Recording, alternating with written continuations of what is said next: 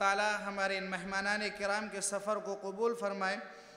اس کے بعد میں صدارتی خطاب پیش کرنے کے لیے جامعہ ریاض العلوم انواع کے صدر القراء استاد محترم حضرت مولانا قاری عبدالحفیظ صاحب دامت برکاتہم کو دعوت دیتا ہوں کہ وہ اپنے صدارتی خطاب سے سامعین کے دلوں کو محظوظ فرمائیں۔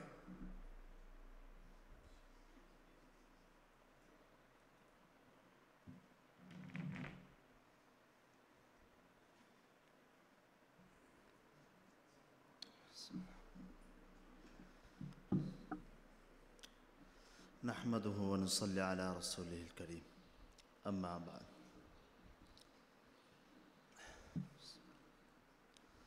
مجھے کھڑا کرنے کا مقصد مجھے نہیں سمجھ میں آ رہا، اس لیے کہ لکل فن رجال، ہر فن کا ایک آدمی ہوتا ہے، اور یہ نہ میرا شعبہ ہے اور نہ ہی میرا کام ہے، لیکن دو باتیں کہوں گا۔ ایک اس میں سے ایک مشورہ ہے، اللہ کرے کہ ہر ایک کی سمجھ میں آ جائے۔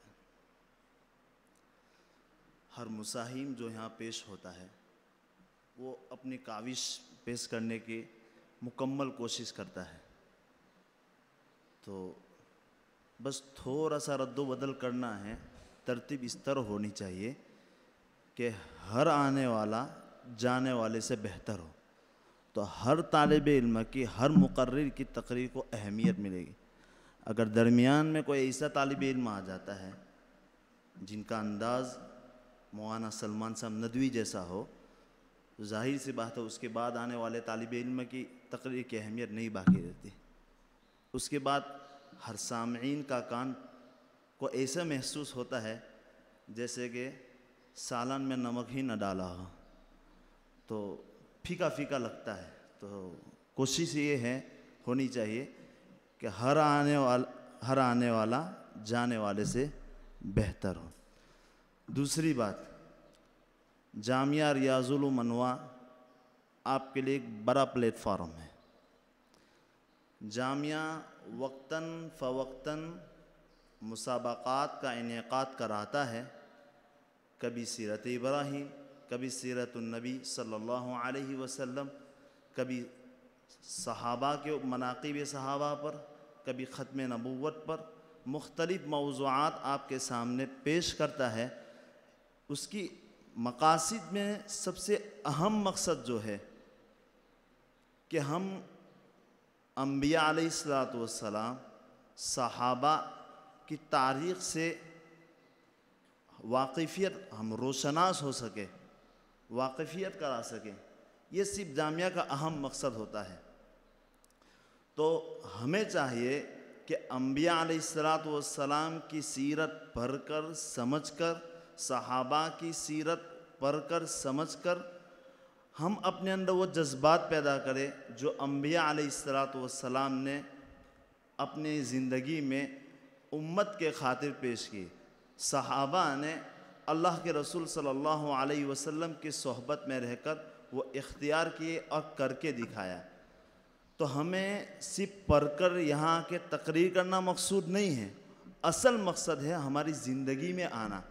اگر ہماری زندگی میں انبیاء کی سیرت نہیں آ رہی، اگر ہماری زندگی میں صحابہ کی وہ سیرت نہیں آ رہی، تو یہ میرے دوستو، عزیز طلبہ کرام، یہ صرف اور صرف معلومات ہے، یہ علم نہیں ہے۔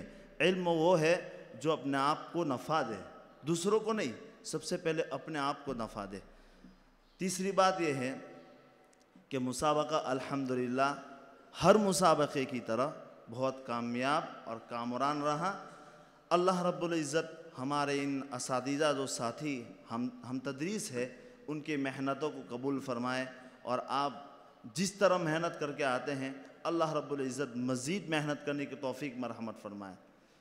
چوتھی بات، آپ سن رہے تھے جیسے کہ بہت سارے طلباء ایسے انداز میں گفتگو کر رہے تھے، ایسی شاندار جاذبیت تھی ان کے اندر کہ کان ایک سیکنڈ، ایک لمحہ کے لیے ادھر سے ادھر جا نہیں رہا تھا۔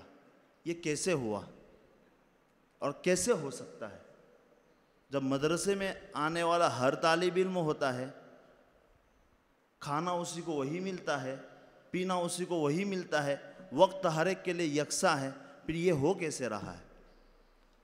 آپ اولیاء کے طلباء کو سن رہے تھے تو اس سے اندازہ لگایا جا سکتا ہے وہ بھی آپ کی طرح عربی اول فارسی اول کے ایک دن وہ بھی طلباء تھے، لیکن انہوں نے کوئی بھی مسابقہ ایسا نہیں چھوڑا جس میں انہوں نے حصہ نہ لیا ہو۔ ہم ماضی قریب میں ہمارے یہاں سے ایک فاضل گزرے، مولوی عبدالعظیم نانے گاؤں، بہت سارے اساتذہ اور طلباء گواہی دے رہے ہوں گے، وہ جب پہلی مرتبہ جب میں نے ان کو سنا تھا اور ایسی فاسٹ اتنی اسپیڈ میں تقریر کر رہے تھے کہ سمجھ میں نہیں آ رہا تھا مجھے کہ کیا کہہ رہے ہیں۔ اسی پہ میں نے ان کو ایک 100 روپے ہدیہ دیا تھا۔ کسی کہنے والے نے کہا مجھے، اللہ بھائی اس نے تقریر اچھی نہیں کی۔ میں نے کہا اس میں جو صلاحیت ہے شاید کسی میں نہ ہو۔ کرتے کرتے کرتے محنت کرتے کرتے ساتھ ساتھ میں ہر مسابقے میں حصہ لیتے لیتے ریاض العلوم انواع کے شہسوار بن کے نکلے۔ تو ایک دن میں نہیں ہوتا۔ اگر آپ سوچیں گے ہم پہلے ہی دن میں اچھے مقرری بن جائے، یہ نہیں ہو سکتا۔ سال لگتے ہیں، سال محنت کے لیے سال لگتے ہیں، اچھا بننے کے لیے محنتیں لگتی ہے، قربانیاں لگتی ہے، تب جا کے ایک طالب علم اچھا بن سکتا ہے۔ جس فن میں جانا چاہے ہر فن میں محنت لگتی ہے، جس فن میں وہ محنت کرے گا اس فن میں جا کے وہ شہسوار بنے گا۔ وما علینا الا البلاغ۔